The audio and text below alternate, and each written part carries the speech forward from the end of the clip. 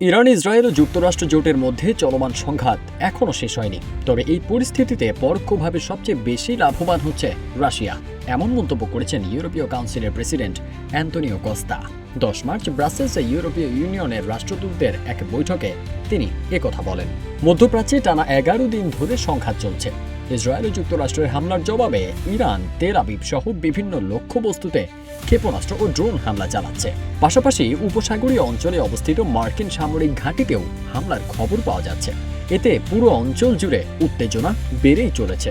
এই পরিস্থিতি বিশ্লেষণ করে অ্যান্তোনিও কস্তা বলেন, মধ্যপ্রাচ্যে যুদ্ধের কারণে বিশ্ব রাজনীতির দৃষ্টি এখন অনেকটাই সরে গেছে ইউক্রেন যুদ্ধ থেকে।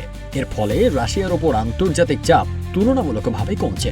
তিনি আরও বলেন, যুদ্ধের কারণে বিশ্ববাজারে জ্বালানি তেলের দাম বাড়ছে।